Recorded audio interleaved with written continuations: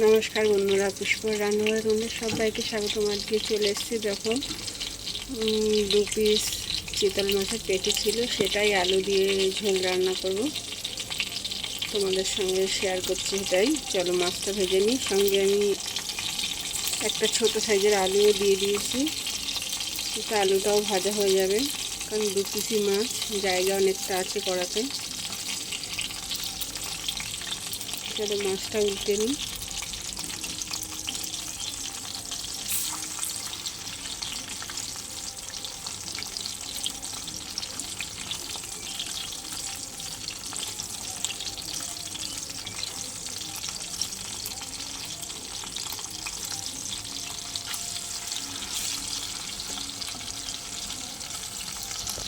আজকে একটু পেঁয়াজ রসুন দিয়ে রান্না করবো বন্ধুরা। চলো মাছটা আমি তুলে নিয়েছি। ওই তেলের মধ্যেই আমি পেঁয়াজ, আদা, রসুন, টমেটো, লঙ্কার গুঁড়ো দিয়ে আমি একটা পেস্ট বানিয়ে নিয়েছি।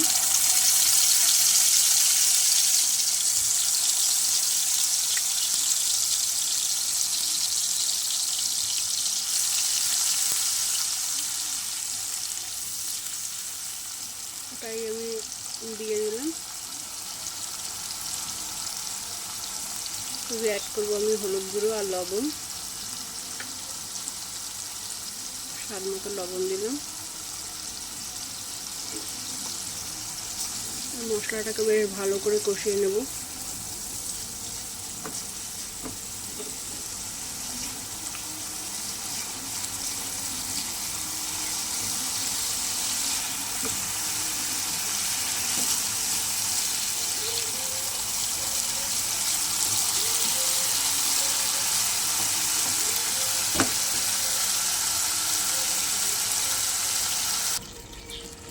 দেখো জলও দিয়ে দিয়েছি, এবার আমি আলু দিয়ে দিলাম, মাছটাও দিয়ে দিই।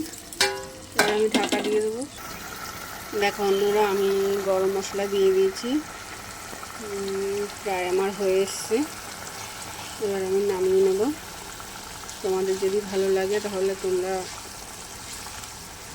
লাইক করো, কমেন্ট করো, শেয়ার করো, সাবস্ক্রাইব করো।